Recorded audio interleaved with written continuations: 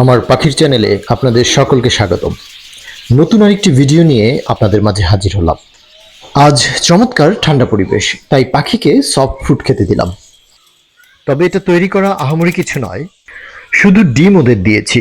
কিন্তু এই ডিমটাকে কিভাবে দিলে ওরা খুব স্বাচ্ছন্দ্য বোধ করে এবং খেতে পছন্দ করে সেটাই আপনারা দেখে নিতে পারেন।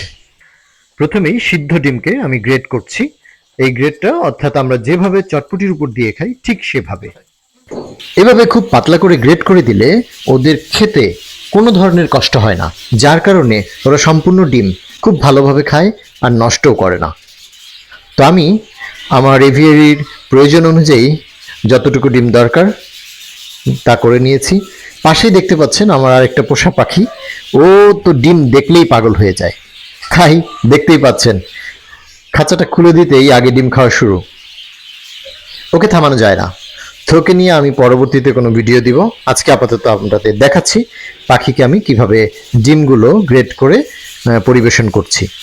তো দেখতে থাকুন। ওই যে আরেকটি পাখি, ওকে দেখেই উড়ে চলে গেল। তো আমি প্রত্যেকটা পাখিকে, বিশেষ করে আমার এভিয়ারিতে যেগুলো রানিং অর্থাৎ ডিম বাচ্চা করছে, সেই ধরনের পাখির জন্য পরিমাণে একটু বেশি, যেন ওরা আস্তে আস্তে করে পাখিকে খাওয়াতে পারে বিভিন্ন পর্যায়ে।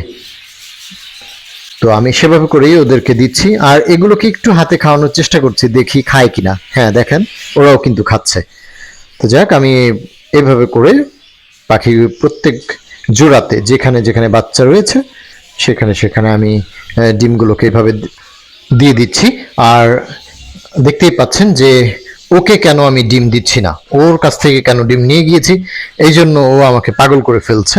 আমার পোষা পাখিটি ও ডিম খাবে, ভিতরে গিয়ে ডিম খাবে। তো এরকম দুষ্টুমি করতেই থাকে। আমি ডাকলাম, এই যে উড়ে এসে আবার এখানে আলাদা করে দিতে হচ্ছে। সঙ্গে আরেকটি আছে, দুটোই জাপানিজ দেখতে পাচ্ছেন। তো এদের নিয়ে কোনো একদিন হয়তো বা ভিডিও দিব। আপনাদের যদি ভালো লাগে আমাকে একটু কমেন্ট করে জানাবেন। তো আজকে এই পর্যন্তই।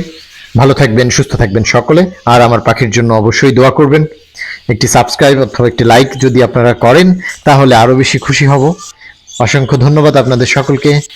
Thank you very much.